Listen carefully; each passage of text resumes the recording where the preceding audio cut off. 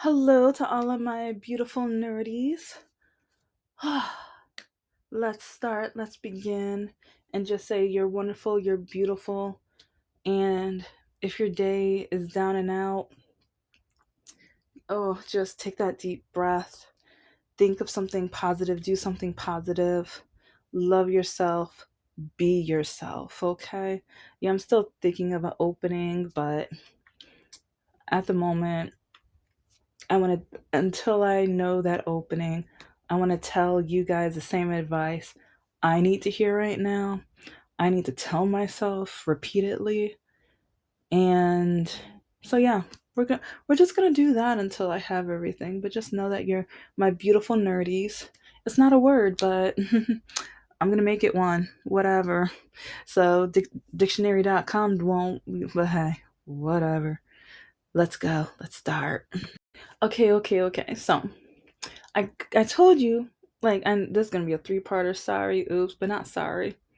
Yeah, because I'm me, and my channel, just like the other one, is as messy as my life. Yay. Okay. But okay, here are some things that I think I'm gonna start practicing on with my writing because I have tons of notes and tons of things that I want to include in the novel. Some that I had the backstory, but I didn't put it in there because I was trying to make it a standalone. But now that I'm going to be expanding, I have so much research to do. And so I'm trying to figure out, like, with I think I have notes in like 4 or 5 different notebooks. Am I going to transfer it to an Excel sheet or list it out in a Word document? How should I do it? Especially since it's going to be a series. Because one thing that I hear from different booktubers is how with some series, the characters do one thing and or they have a power only when they need it and or things are different or the politics of how the their city or the framework is from like and it changes from book to book depending on the plot.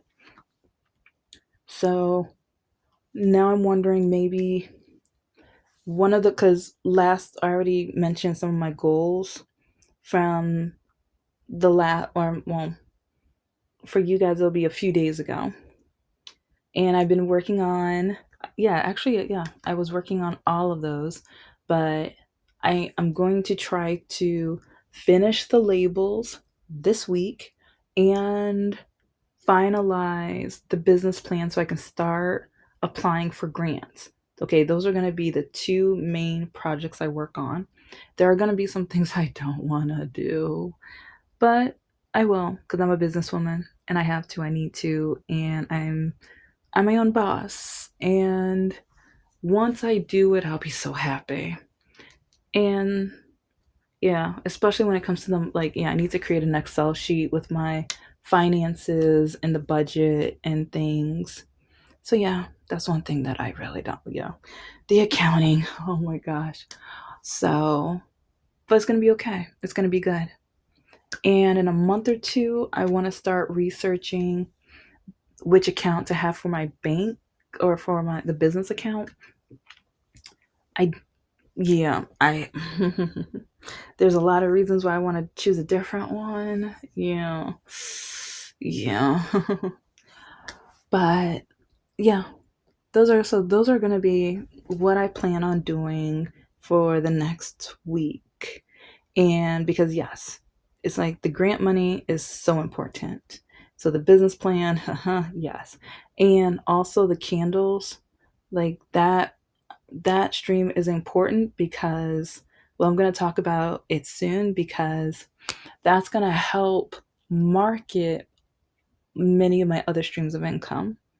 And it's like because the candles are going to help me spread the word about my other projects, and that's one reason why multi-stream businesses are important.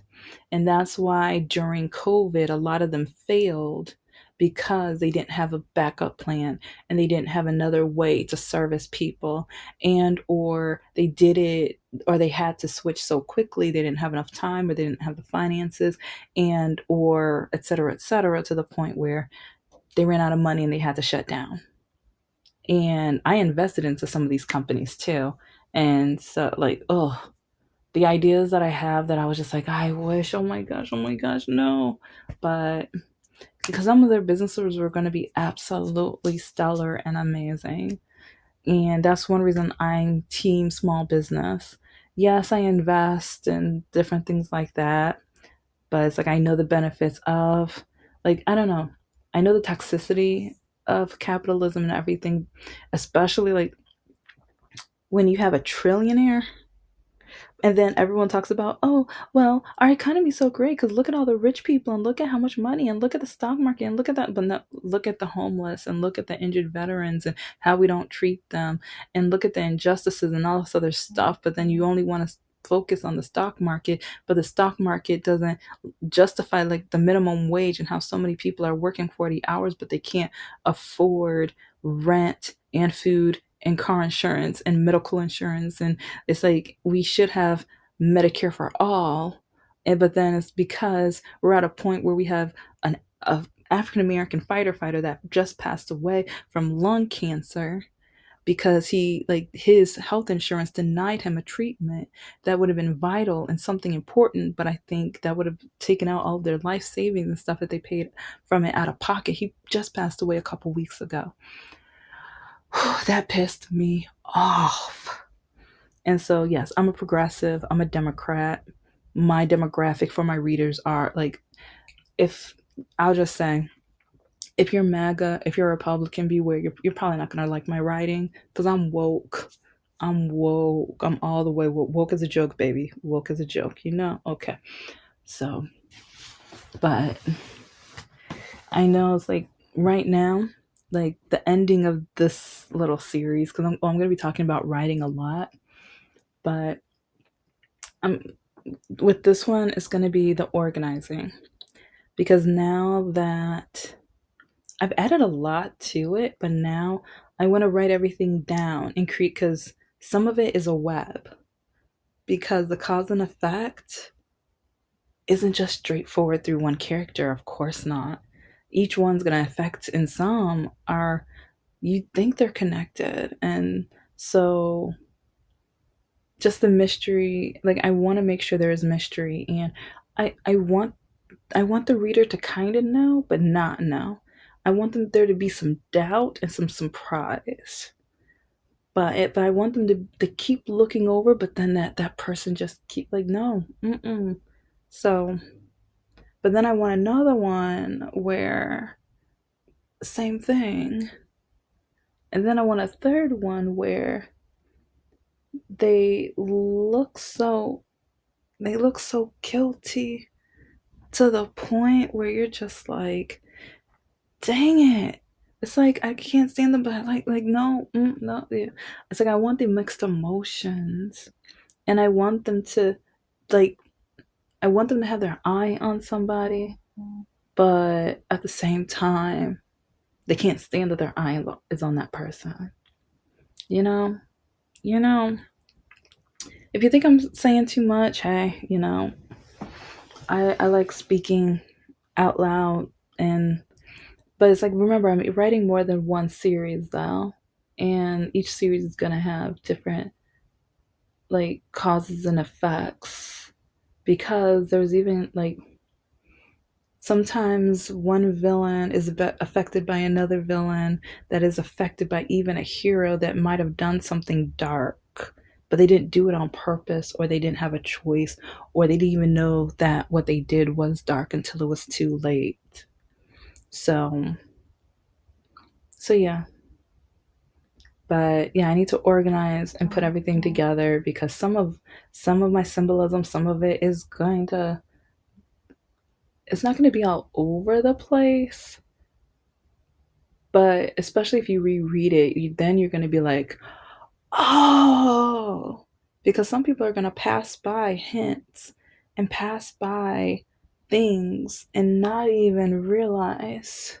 that right there was the clue, right there was the key.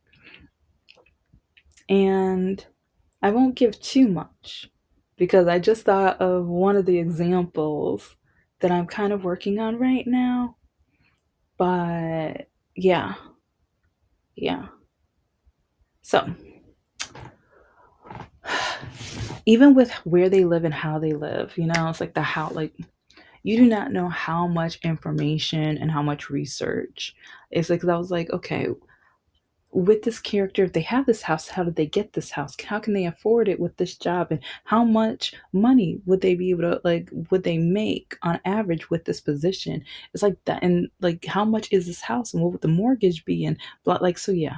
When I say like I do, and some people are going to say you do too much.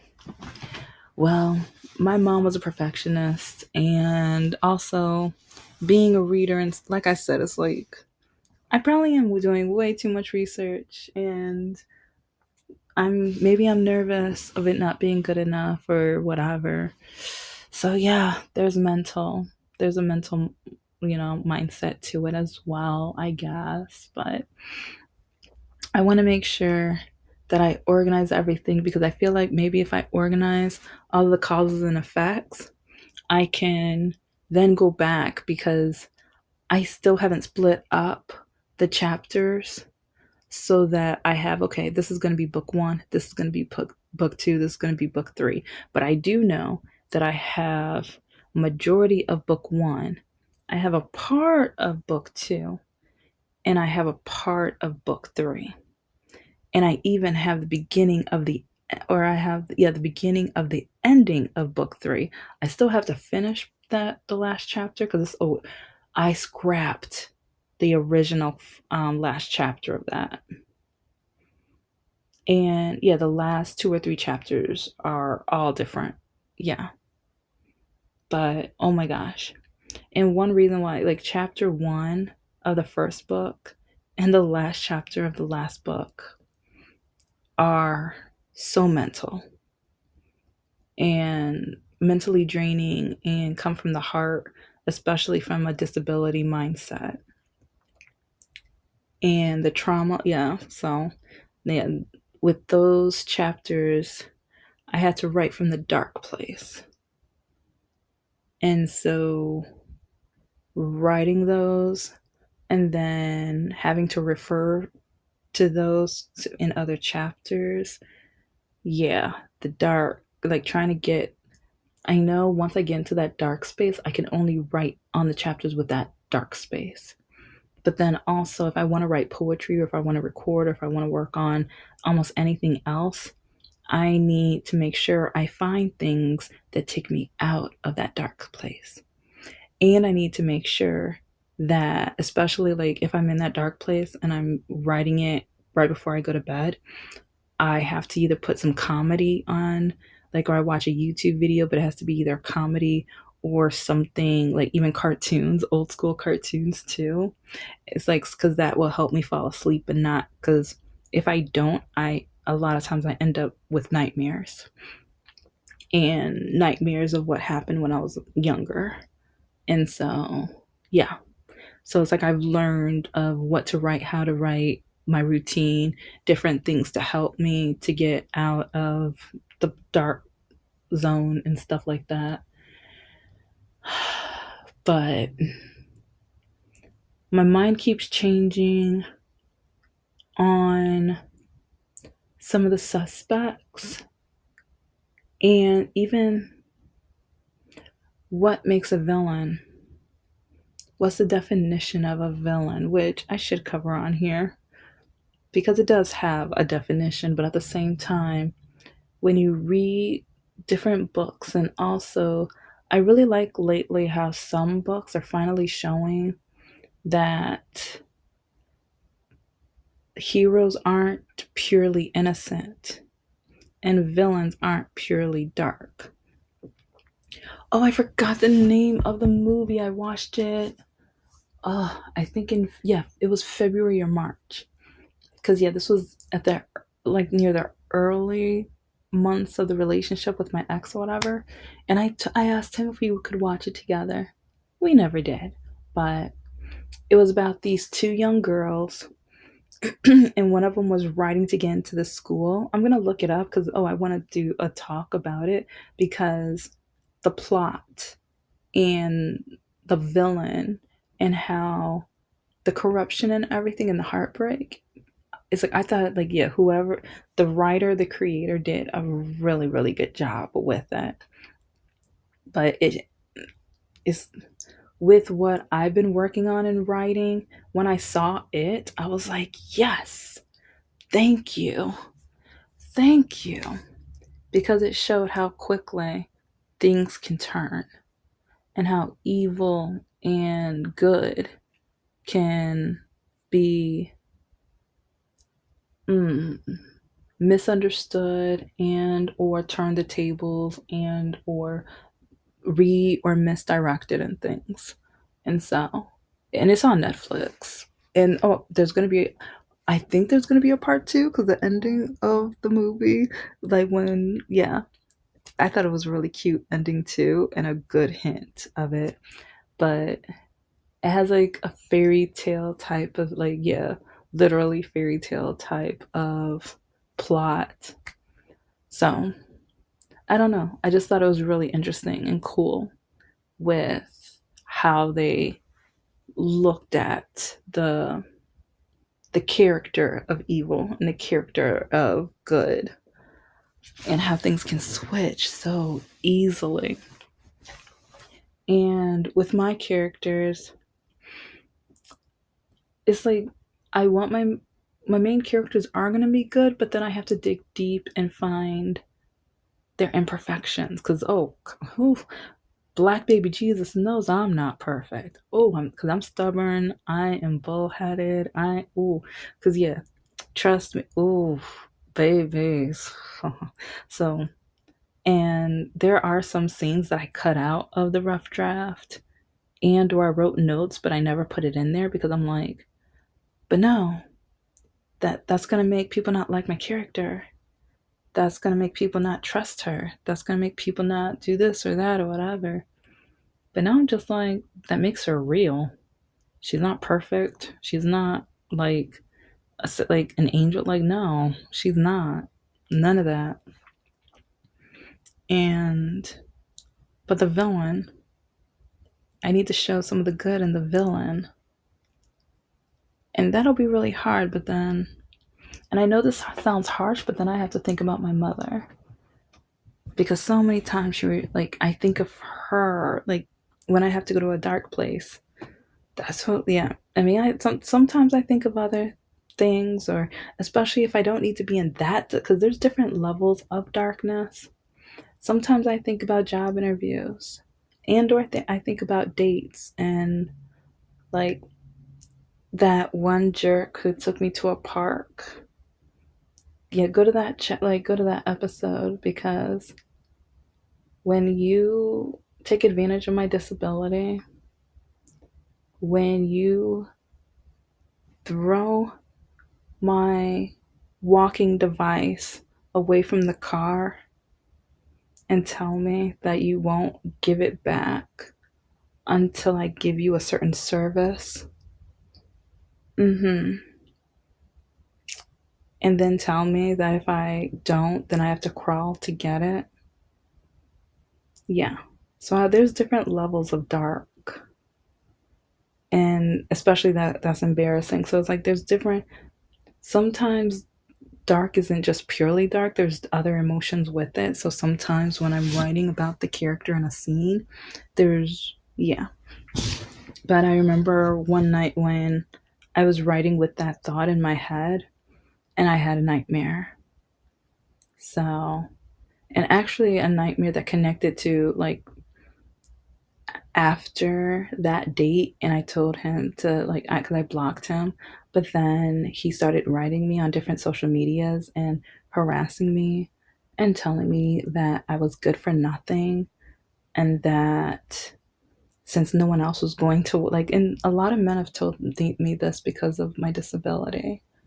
So when I say that I know I have so many dark places, I have like, and like when I One reason why now I'm like, you know what, I need to experiment with what hate is.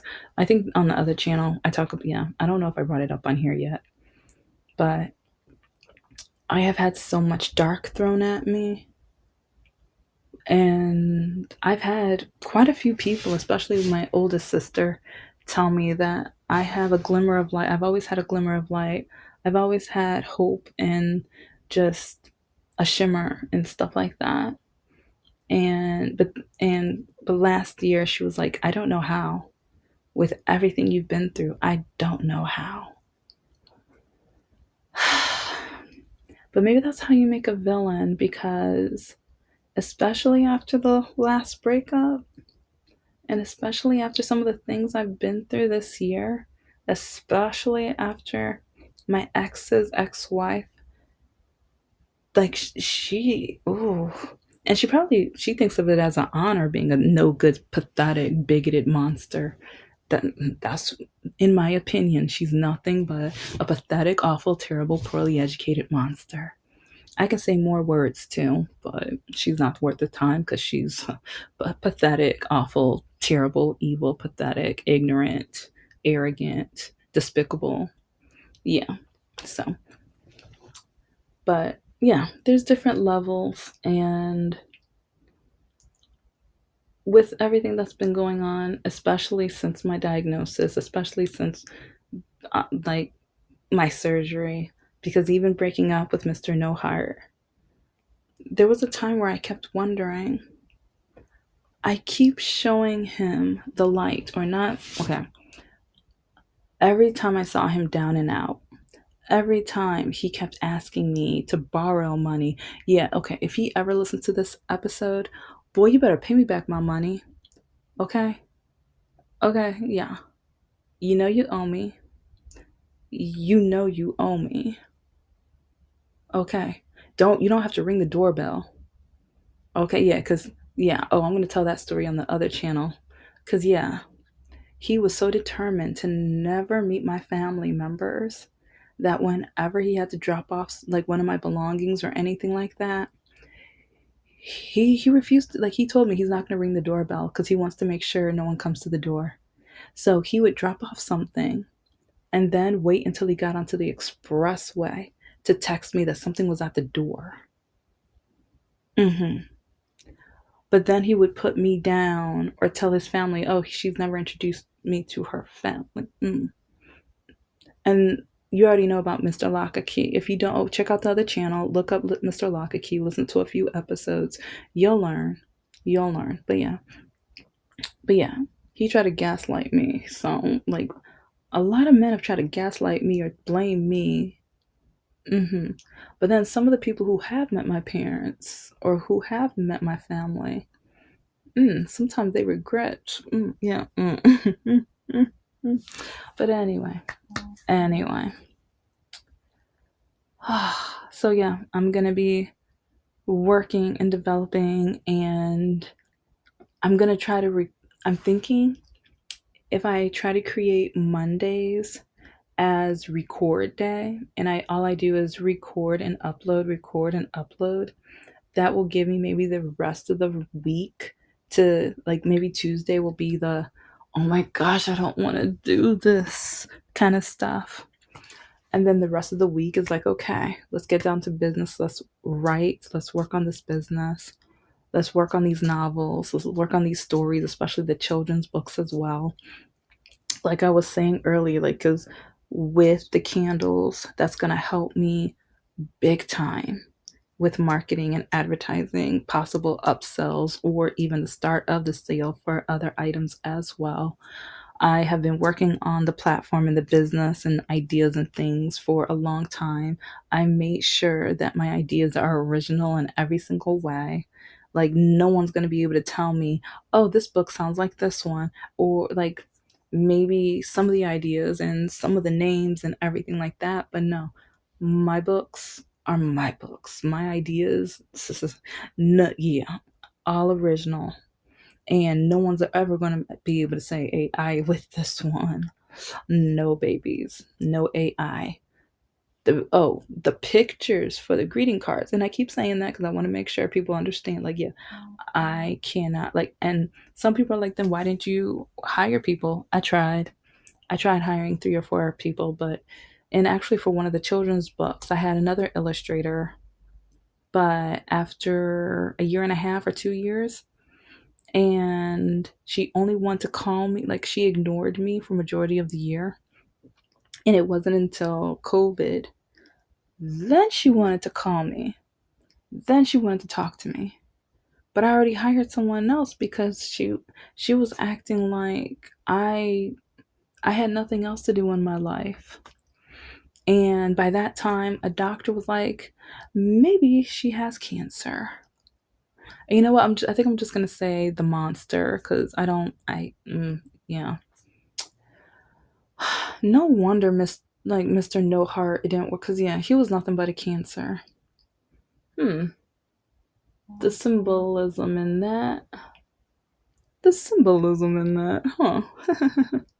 anyway, he was born the right one. Yeah. Yeah, he was right on that one. He was right on that one. Anyway. But yeah, I know I'm not perfect. And I never want my characters to seem perfect. So I need to figure out what are their imperfections. What are the things that they're going to do wrong? And at the end of the day, they're not sorry. Because they're actually, like, with my main character, there is one thing that she does that some people are not gonna like at all. That's only one thing, and that's only like, yeah, I need a little more. I need to find which personalities or which characteristics are gonna be like, no, because she's human. And especially with how she's grown up, people don't understand her. People don't understand her pain. People may not understand her sharp wit, maybe, or her sarcasm, or how quickly she snaps back. You don't know. So, and because with a lot of people, some, like, especially, Republicans and MAGA, sometimes I'm like, what in the, but then I have to remember my Christian is like, and like the church and everything like that. So, like, sometimes, like, I think that's one reason why I do understand Republicans. They don't like me because they won't, like, mm-mm. And especially the Republican men. Oh yeah, once they realize I won't, no, then they want to call me out my name. They don't realize, yeah, I grew up in the church every single Sunday, babies. Then the church conventions and being in a mega church and everything like that. It's like, and then having parents who say, if it's not in the Bible, then you better do this. And it's like, if you've been listening, you already know how my parents decided on my major, how they chose what degree I was going to go into. I didn't go into it because I was just like, I'm terrible at that. Are you kidding me? But they chose my degree based off the Bible. Because I told them I was going to major in English. And my mom told me, no, you're not. Because if you do, I'm going to kick you out the house. And so years later, because yeah, that was not like what they chose for me was not going to work out. But I already knew it wasn't going to work out. I knew it wasn't. But then they told me, like, no, you like this and this. So you're going to major in this. And so with that, I'm going to be using that, in maybe not in my first book, but in other books. And I still don't have an ending for. I mean, this isn't the ending because it's still a complex subject, but I want to make sure that I write complex characters and ones that are relatable and realistic because I don't want them perfectly innocent or perfectly evil. There's a balance, just like our justice system is supposed to be, but it's really not because look at the racism that's been going on over the last all of Americans' history. But yeah, when you have an all white jury, but that's a different story for a different day. Anyway, I have a lot to talk about, as you can tell, and a lot that goes into writing.